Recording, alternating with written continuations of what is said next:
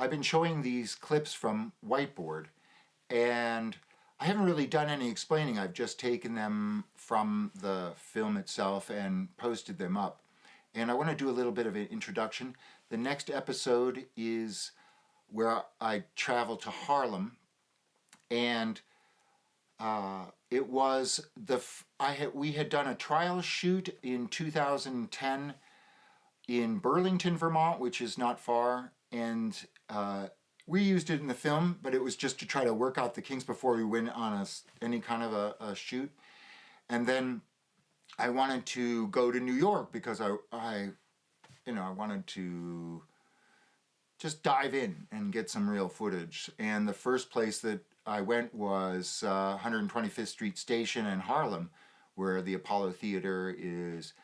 And on these daily clips with the Whiteboard, the travel clips, the premise of the movie was to give people freedom of speech in places where they wouldn't get it. And I always used to joke that that CNN and these people, they said that they interviewed the influential people in the world. And I was joking. My movie was to get the voice of the people who have no voice.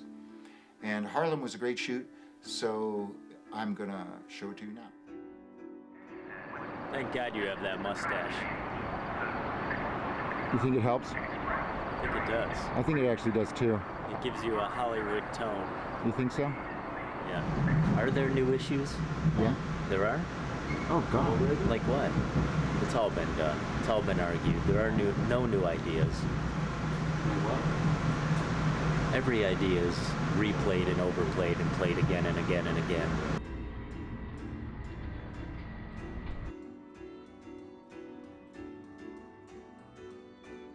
Philosophy of Harlem. And that's what we do. We tell the truth. One thing, like I said, one thing about God, the big guy, the big kahuna, who we give credit to, he loves the truth. I think should be said is respect. No justice, no peace. Because especially in New York, there's not enough respect, So I have no work, so I actually had the time to come here and step in front of the camera. What happened to you? Why do you have no work? Well, the thing is, we have a certain number of jobs in America, and then there are people not from America who come in, who enter the country illegally, and we have corporations and many restaurants and businesses that hire these illegal immigrants in order to save a few dollars on their taxes, in order to save a few dollars on their payroll, so they pay less wages, no insurance, there's no workman's comp, nothing. And so they're saving a whole lot of money on the backs of Americans who are paying for these things. What's that done to you? Havoc. It's wreaked havoc in my life. Havoc in your life? Yes, because in the first couple of months, it's not really much of a worry. You have savings, you have things you want, things that you've already planned for. Then afterwards, you start spending your savings money. You start spending your child's savings money. You start spending money you never even had because your credit cards are now off. So now you're further in debt and still out of work. And at the same time, you get up in the morning to go do something in the day, and you see someone who you clearly know is in this country illegally with a job, and that's a job that was slated for you as an American to be able to have that job. I mean, I have no problem with immigration, but the illegal immigrants, it's ridiculous. Do you have a job now? No. They don't want to hire me because I'm 50 years old. Really? I did 20 years at a hotel, room service, and they fired me because I turned 50. A little car, I will put 3 trays in the car, and I will carry 2 trays and push the car with my feet. 1967, her sister got a visa to come to America. And then it took her 7 years working in 2 factories to bring 4 kids by herself in 1 factory in the afternoon. Wow. In order to accumulate enough money in the bank and have an apartment in order for immigration give us visa to come. In the country, we're supposed to have freedom of speech, freedom of religion, and freedom of pursuit the happiness that we supposed to pursue. But it's not so. All right. Every time we speak about something that we're supposed to be doing right, nobody listens. It's all about who got the power and who got the money. Control your controllers, meaning the policing system here, it's a farce. The people have no faith in the police. Crimes happen, we don't call the police because often is the case. You can call the police and they'll flip it on you. You're the criminal, you know? It's, the law ain't the law in Harlem the way it is in other places. All right, gentlemen. The sounds of the city pass sometimes. Yes, sir. So we set out to exercise our own freedom of speech and meet people along the way, and we thought, well, why not give them a chance to do the same? To voice their opinion. We're asking you to take a stand. Well, that's an easy thing to do. I mean, most New Yorkers are very opinionated in and of themselves as the nature of the city. I mean, you have to stand for what you believe in your heart is right. You go to the movies a lot? Yeah. Oh, yeah. When you see somebody in the movie, are they more important than a normal person? For me, yes. Yeah? They know, yeah. What would you do if you saw yourself in the movies? I feel grateful. I feel like Al Pacino, you know? I feel famous. Yeah. Famous. Live and showed you the exact location and how to get there and what precise measures you have to take to get there. So now you're informed on the location, the time, speed, the wind velocity, and all those other things. Can we get down to business? So you guys with the camera, I know that some good advertisement would, really help the shelter system. So you came kind of as an activist for the shelter. Yes. You want to help the shelter. I want to help the shelter. So the 125th is Harlem. All right, yes, it's straight. 125th is Harlem. All the way to the end, you can't get no better than this. So you're Carlos, right? Is that your name?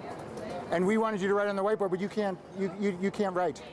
I can write my name, that's about it. You can write your name. And now, what happened to your education? I graduated from college, but I got brain surgery. That's why I had an accident. Oh, is that it? And I forgot how to write. If you want, you can be in it. We're inviting. Can I sing a song? Sing a song? Yeah, if you want to. Yeah. Oh, independent movie about what? Freedom of speech. Hey, girl. And so what we're doing, we came down here, we figured people would jump at the chance for a little freedom of speech. And so we're letting people write whatever they want on the whiteboard. They can glorify their heroes, they can take on their enemies, they can talk about an issue of the day that bothers them. And then if they'll stand behind it for 10 seconds, they can be in the movie. Would you like to be in it? You got something to say? I don't think so. No? Not everybody. We're just trying to get a little bit better. Well, I'm grateful for your courage.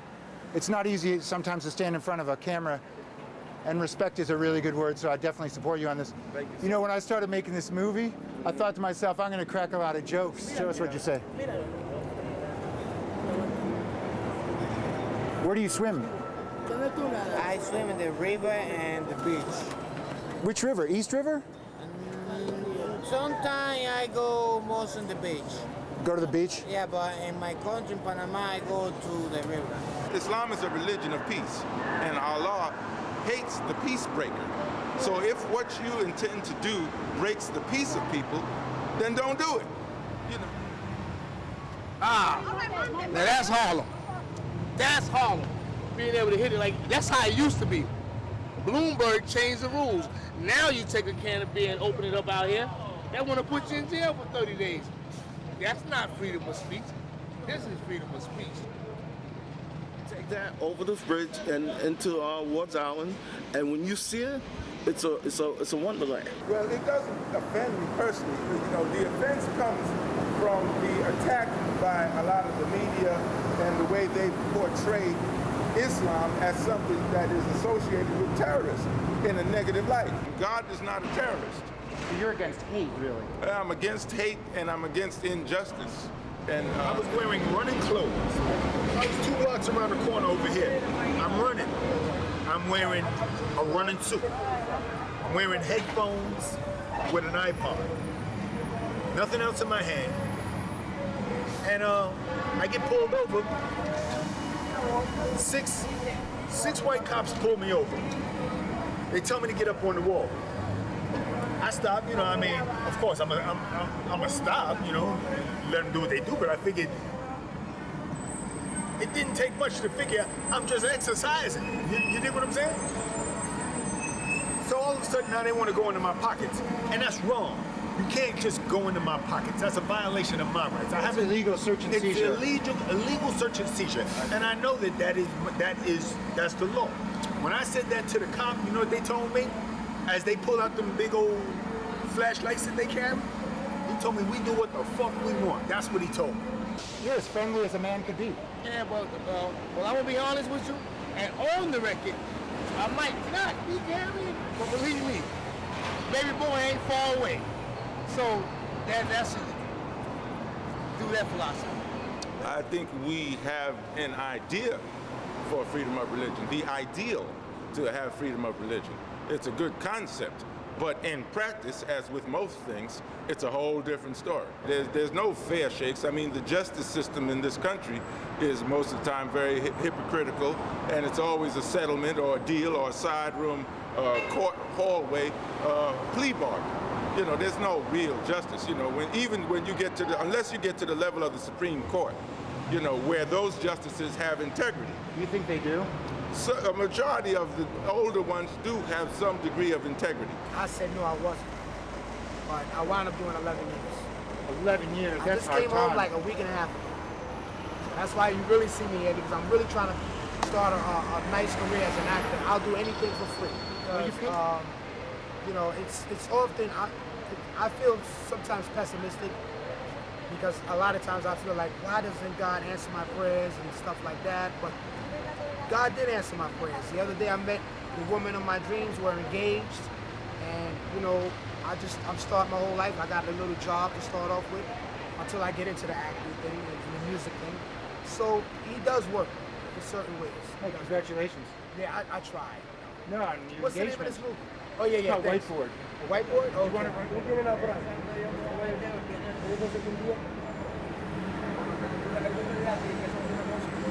There's a thought on my mind right now.